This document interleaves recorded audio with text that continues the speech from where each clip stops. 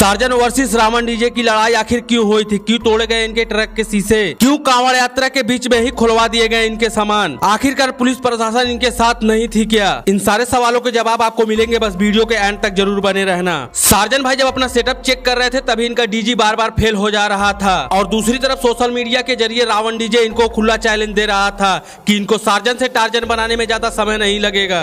Surgeon भाई का setup इतना तगड़ा था कि इनका जनरेटर बार बार फेल हो जाता था। फिर सार्जन भाई ने 500 केबी का जनरेटर मंगाया। उसके बाद इनका टेस्टिंग सक्सेसफुल हुआ। टेस्टिंग करने के दौरान वहाँ पे भीड़ काफी ज्यादा हो जा रही थी, इसी वजह से कांवरियों को ज्यादा दिक्कत हो रहा था और सार्जन भाई को पुलिस प्रशासन ने आगे बढ़ा दिया वहाँ से और सार्जन भाई का सेटअप बंद होकर धीरे धीरे आगे बढ़ रहा था और आगे बढ़ते बढ़ते सुबह के 4 बज गए थे और अब यही से शुरू होता है रावण डीजे का दहन। और सार्जन भाई जैसे ही धीरे धीरे आगे बढ़ रहे थे और पीछे से रावण डीजे इनको उकसा रहा था, खराब जनरेटर, हाय हाय, बेकार डीजे, हाय हाय। अगर आप शेर को उंगली करोगे तो शेर आपको छोड़ेगा नहीं, ये तो सबको पता है। तभी सार्जन भाई ने अपने दुल्हनिया का घूंघट उठाया और गाड़ी रावण डीजे के पास लाके लगा दिया और कुछ देर लड़ने के बाद रावण डीजे ने हार गया। तभी सार्जन भाई ने कहा, आपका 25-75 बेस कहाँ गया? फूक गया का? लोकल माल है क्या? और कुछ देर कंपटीशन होने के बाद अब कंपटीशन हो रहा है तो इशारेबाजी तो जरूर होंगे। रावण डीजे जब हार रहा था तो उधर से इशारेबाजी हो रहे थे और यही रावण डीजे बर्दाश्त नहीं कर पाया और मारपीट पे उतर आया, लठ निकालने की बात करने लगा और लठ इन्होंने निकाल भी लिया